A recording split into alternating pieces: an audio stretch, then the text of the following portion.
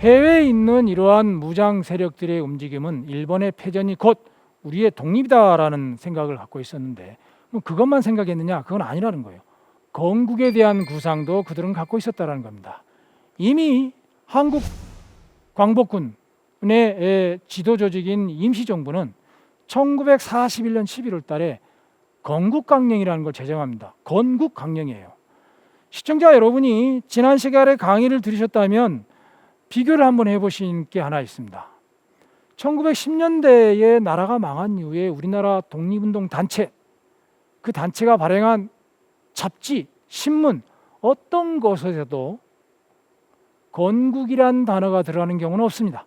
신안, 신흥, 대동 이렇게 들어가죠. 예를 들면 신흥무관학교, 미주 지역에 있었던 대한국민의 기관지 신안민보, 지난 시간에 제가 여러분한테 굉장히 강조했던 대동단결선언 이런 거죠. 그런데 40년대로 오게 되면 반대로 신안, 신흥, 대동이라는 것을 걸고 잡지를 발간하거나 새롭게 잡지를 발간하거나 단체를 창립한 경우는 없습니다. 40년대의 핵심 키워드는 건국입니다. 그들은 건국을 상상했습니다.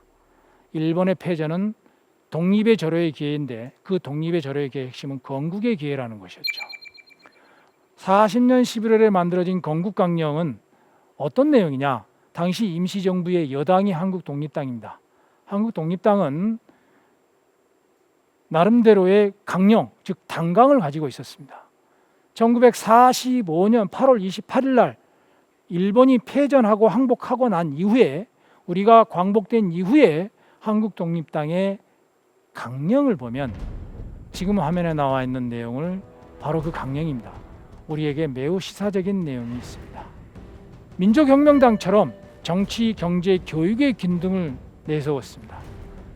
아시다시피 임시정부의 건국강령은 삼균주의라고 이념을 명확하게 그렇게 정리를 하고 있습니다. 지금까지 누구나 다 동의하고 있습니다. 정치, 경제, 교육의 균등이 건국강령의 기본 정신이다. 그걸 삼균주의라고 한다. 이렇게 정리하고 있단 말이죠. 한국독립당, 임시정부의 여당인 한국독립당도 그 삼균주의의 원리를 부정하지는 않았습니다. 그러면서 그걸 더 명쾌하게 설명하고 있습니다. 우리가 만들려고 하는 국가는 뉴 데모크라시의 국가다. 자본주의 데모크라시도 아니고 사회주의 데모크라시도 아니다. 모든 한국 국민을 대상으로 한 전민족적인 데모크라시다. 그래서 임시정부를 끝까지 지키다가 광복 전에 작고하셨던 차이석 선생 같은 경우는 이 강령을 놓고 우리의 지향은 민족사회주의다라고 이야기를 했습니다.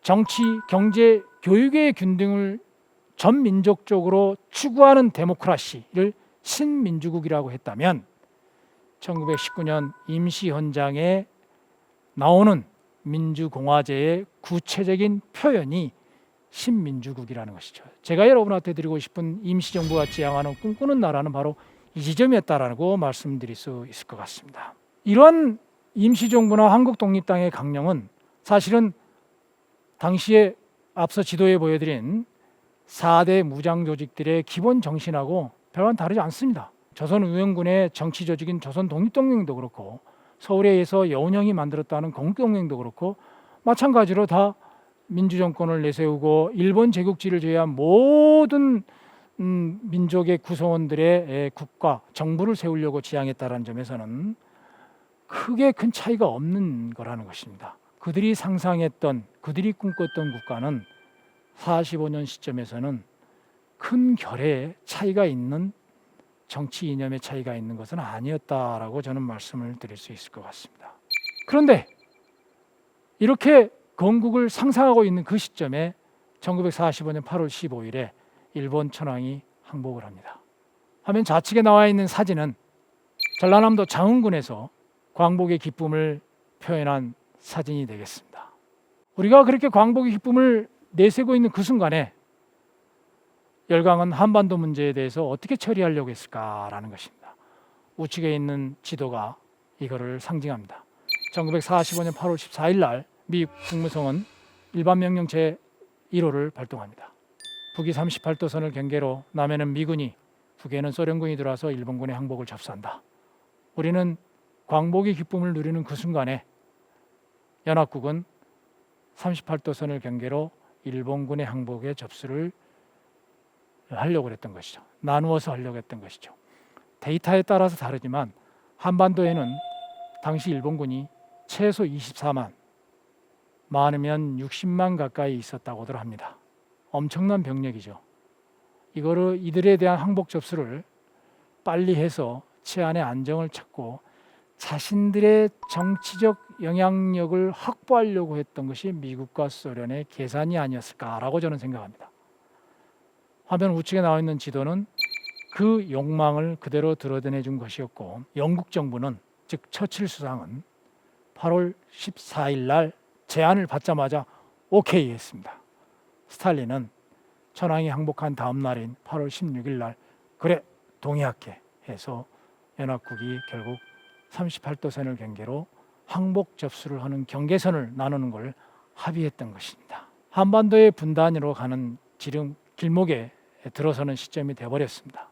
그런 가운데서도 백범 김구는 OSS를 설득해가지고 OSS 대원 18명과 한국광복군 정진대 대원 가운데 선발한 4명을 합쳐서 지금 화면에 나와 있는 C-47 비행기를 태워서 서울로 보냅니다. OSS에게 뭐라고 이야기했냐면 항복 예비 접수를 해야 된다. 정황도 파악해야 되고 일본군의 해낭도 알아야 되고 조선인의 민심도 알면서 조선인들을 끌어들이는 노력도 해야 되고 이런 거에서 설득을 합니다. 백범이 그렇게 설득했던 중요한 이유는 바로 전승국으로서의 지위를 확보해보고자 노력하는 일환이었습니다. 마치 프랑스의 드골이 영국의 망명정부를 세웠다가 귀국하면서 정통성을 인정받았던 그 사례를 한번 재현해보고자 했던 것이죠.